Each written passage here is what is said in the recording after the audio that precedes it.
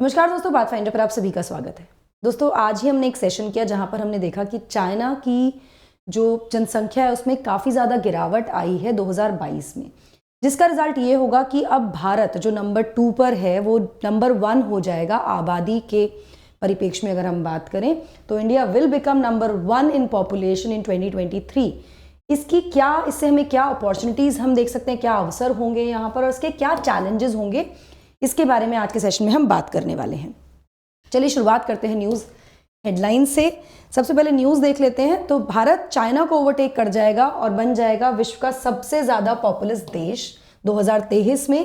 जो लाइक्लीहुड है इस इंडिया का ये मेजर माइलस्टोन पास करने का, वो कब आया? ये आया जब चाइना ने ये कहा कि उनकी पॉपुलेशन काफ़ी ज़्यादा श्रैंक हो गई, काफ़ी ज़्यादा गिरावट आई है 2022 में। पहली बार ऐसा हुआ है लगभग 60 सालों में, 60 सालों से ज़्यादा के समय में ऐसा हुआ, मतलब 6 दशक के बाद इतनी ज़्यादा गिरावट देखने को मिली है। अभी फिलहाल हम बात करें तो वी आर एट 1.39 बिलियन। वहीं China has nearly 1.41 billion of population.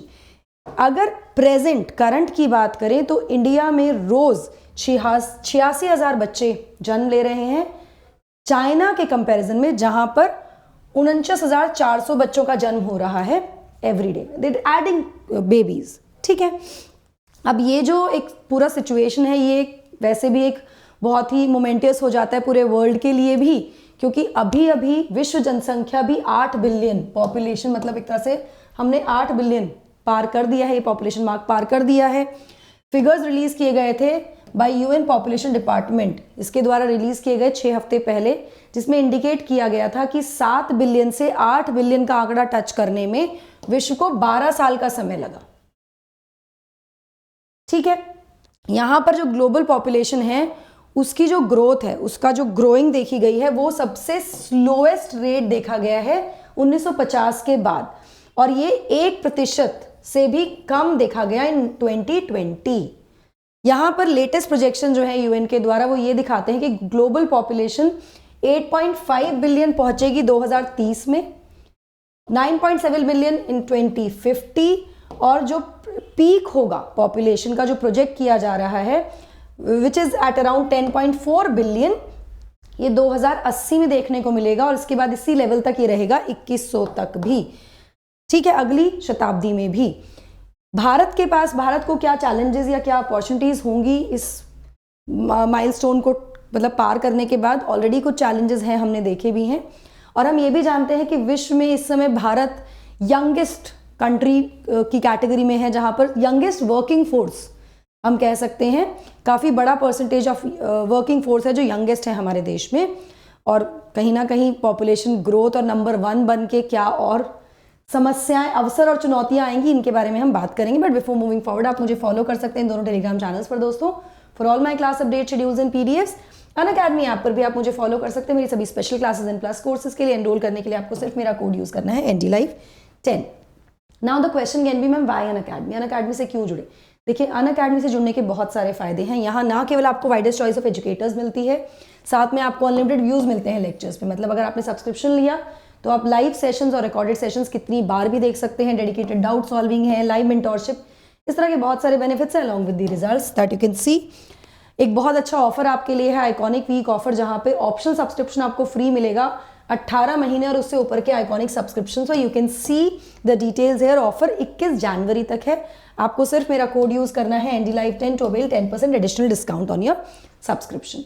बाकी किसी भी सब्सक्रिप्शन के लिए आपको सिर्फ मेरा कोड यूज करना होता है। आप ये अमाउंट पे नहीं करते हैं, आप डिस्काउंटेड अमाउंट पे करते हैं। साथ में अगर आप मेरा कोड यूज करते हैं तो बेनिफिट ये भी है कि you will get my guidance and support in your journey preparation. चलिए चैलेंजेस की बात कर, थोड़ा बैकग्राउंड में चलते हैं। तो हम तो नहीं, पर कुछ लोग ऐसे भी होंगे देश में जिन्होंने 1970 और 80 के दशक में कुछ हेडलाइंस झेली होंगी, जहां पे उन्होंने ये एक्सपीरियंस किया था डूम्सडेज प्रेडिक्शन, जिसमें कहा गया था कि जो पॉपुलेशन टाइम बॉम्ब है वो टिक कर रहा है, मतलब वो फटने वाला है और हम बहुत जल्दी फेस कर रहे हैं, मतलब करेंगे population explosion, we are facing this. आज की सिचुएशन में काफ़ी ज़्यादा बदलाव यहाँ से आ गया है। As we come close to a fertility rate of 2.1 children per family, जैसे जैसे हम 2.1 चिल्ड्रन पर फैमिली की तरफ फर्टिलिटी रेट में आ रहे हैं, जिसका मतलब होता है जीरो ग्रोथ। यानी कि अगर हम टोटल फर्टिलिटी रेट 2.1 की बात करें तो इसको रिप्लेसमेंट रेट भी कहा जाता है। रिप्लेसमेंट रेट का मतलब क्या हुआ कि एक कपल और उनके 2 बच्चे, तो वो कपल को रिप्लेस करेंगे, उनके 2 बच्चे, and then it continues like that. यानी कि ना तो पॉपुलेशन इंक्रीज होगी ना ही डिक्रीज होगी, तो एक स्टेबिलिटी होगी पॉपुलेशन में, तो हम इसकी तरफ बढ़ रहे हैं। ठीक है, which means the old family planning campaigns, जो भी ओल्ड फैमिली प्लानिंग कैंपेन्स थे जैसे कि हम 2 हमारे 2 और डेस्परेट बर्थ कंट्रोल मेजर जो लिए गए पास्ट में, इसके साथ साथ जो फोर्सेबल नसबंदी कराई गई, स्टरलाइजेशन कराया गया था इमरजेंसी 1976 के समय पर, ये सब आज की सिचुएशन में काफ़ी डिस्टेंट डार्क और ऐसा दिखता है कि ठीक है ये पता नहीं हुआ कि नहीं हुआ, क्या हुआ। चलिए, जो कॉन्सेंट्रेशन है वेल्थ की in the hands of few, ये भी चैलेंजेस में से ही है। और जो डिवाइड है between the rich and the developing world, वो प्लस इसके साथ साथ जो फेलियर हो रहा है इक्विटेबल डिस्ट्रीब्यूशन ऑफ रिसोर्सेज का, ये कहीं ना कहीं अभी भी हमें हॉन्ट कर रहे हैं। इनफैक्ट जो पॉपुलेशन एक्सपेंशन है ये भी एक चैलेंज की तरह ही है फिलहाल। इंडिया विश्व की उन 8 देशों में से है जो अकाउंट करेंगे more than half the projected increase in population growth by 2050। जो प्रोजेक्टेड ग्रोथ है उसका आधा हम कंट्रीब्यूट करेंगे, 8 कंट्रीज कंट्रीब्यूट करेंगे, उनमें से एक भारत भी है। और 7 कंट्रीज कौन कौन सी हैं? They are Democratic Republic of Congo, Egypt, Ethiopia, Nigeria, Pakistan, Philippines and Tanzania. ये कंट्रीज हैं जो कंट्रीब्यूट करेंगे आधा out of all the countries in the projected growth 2050 तक। नाउ अगर यहाँ पर हम बात करते हैं, एक कमेंट आया है पॉपुलेशन ग्रोथ और पॉवर्टी को लेकर, विच हैज कम फ्रॉम ल्यू जेनमिन, जो कि यूएन अंडर सेक्रेटरी जनरल हैं इकोनॉमिक एंड सोशल अफेयर्स के। उन्होंने कहा कि जो रैपिड पॉपुलेशन ग्रोथ होती है ना, वो इराडिकेट कर, मतलब पॉवर्टी को इराडिकेट करने के लिए या हंगर को कॉम्बैट करने के लिए, मैल न्यूट्रिशन को कॉम्बैट करने के लिए, और साथ साथ जिस तरह से हेल्थ कवरेज मिलनी चाहिए, उसको कितना बढ़ावा मिलना चाहिए, उसमें कितना एफर्ट आने चाहिए, और एजुकेशन सिस्टम को कैसा बेटर बनाना चाहिए, इसको सबको मुश्किल बना देती है। तो population affects all these things.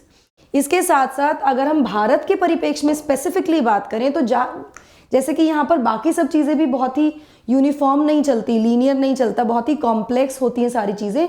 Similarly हमारे जो डेमोग्राफिक स्टोरी है वो भी इससे अलग नहीं है। कोई लीनियर पाथ नहीं फॉलो हो रहा कि हम अप जा रहे हैं कि डाउन जा रहे हैं, लीनियर पाथ ऐसा बिल्कुल नहीं हो रहा। ये भी काफ़ी कॉम्प्लेक्स है, जहाँ एक तरफ जो पॉपुलेशन बूम है वो कंटिन्यू हो रहा है इन द नॉर्थ, जहाँ पर हेल्थ और कल्चरल बैकवर्डनेस अभी भी एक बहुत बड़ा मुद्दा है।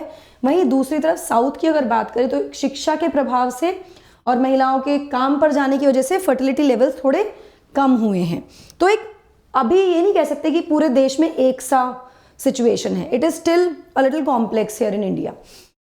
इसके अलावा अगर हम पास्ट की थोड़ी सी बात कर लें इसी में, तो जहां एक तरफ एक एवरेज हुआ करता था 6 चिल्ड्रन इन 1950s, एक एग्रेसिव प्राइमरी एजुकेशन और हेल्थ प्रोग्राम ने इस एवरेज फर्टिलिटी रेट को घटाकर ला दिया समथिंग लाइक 2.5 चिल्ड्रन। लेकिन ये स्टेबल या पूरे देश में एक सा नहीं है, there is a skew. Skew क्या है कि अभी भी यूपी और बिहार दोनों राज्य मिलकर 1/3 जनसंख्या एक्सपेंशन में कंट्रीब्यूट कर रहे हैं। और जहां हम 2.1 फर्टिलिटी रेट की बात करते हैं, TFR 2.1 की बात करते हैं, which is a stable growth, 2.1 reach करने में अभी भी इन 2 राज्यों को कम से कम 2039 तक का समय लगेगा, अगले और 16 साल लगने वाले हैं। ठीक है। ऑन दी अदर हैंड अगर हम केरला की बात करें साउथ में, तो यहाँ पर because the reach of education is highest, ये ऑलरेडी हिट कर चुका है जीरो ग्रोथ इन 1998।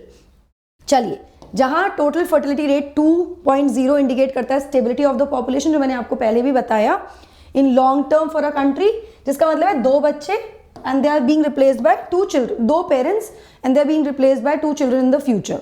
यहाँ पर जो 0.1 हम यूज कर रहे हैं ना, 2.1 जो यूज कर रहे हैं, ये जो 0.1 है ये एक्चुअली 1.1 चिल्ड्रन पर वुमेन, इसको इंक्लूड किया गया ताकि काउंटरैक्ट किया जा सके इन्फेंट मोर्टेलिटी को, जो नवजात बच्चे जिनकी मृत्यु हो जाती है उसको काउंटरैक्ट करने के लिए। इसलिए 2.1 का TFR रखा जाता है स्टेबल पॉपुलेशन के लिए।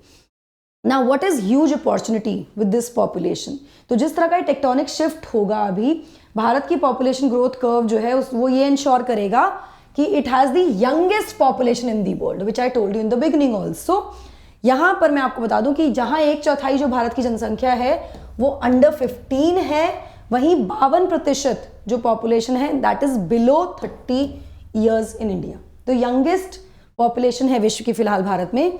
यहाँ पर एंड्रिया वॉजनर जो है यूएन पॉपुलेशन फंड की, उनका कहना है कि जैसे ज़्यादा नंबर ऑफ यंगर पॉपुलेशन होती है ना कहीं पर भी विश्व में, उससे काफ़ी ज़्यादा अवसर मिलते हैं क्योंकि उनमें बहुत पोटेंशियल होता है टू टैप इनटू, और कहीं ना कहीं इस तरह का जो भी जगह है, जो भी देश है, वो एंजॉय करता है greater economic growth and development. तो ये एक पॉजिटिव साइन है इस ग्रोथ का और youngest population of the world बनने का, होने का।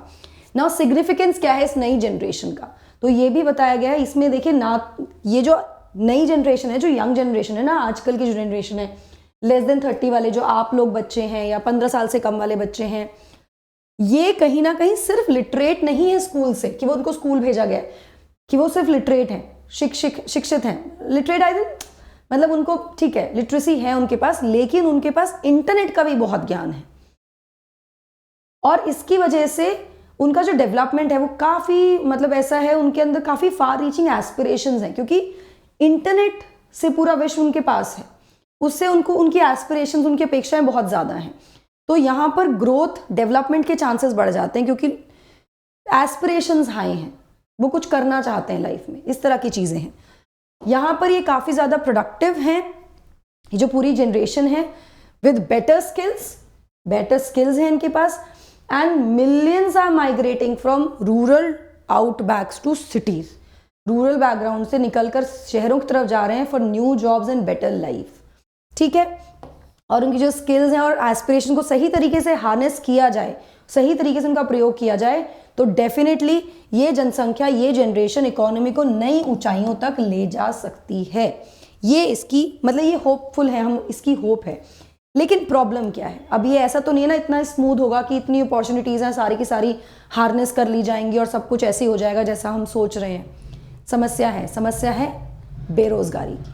Unemployment is the reason.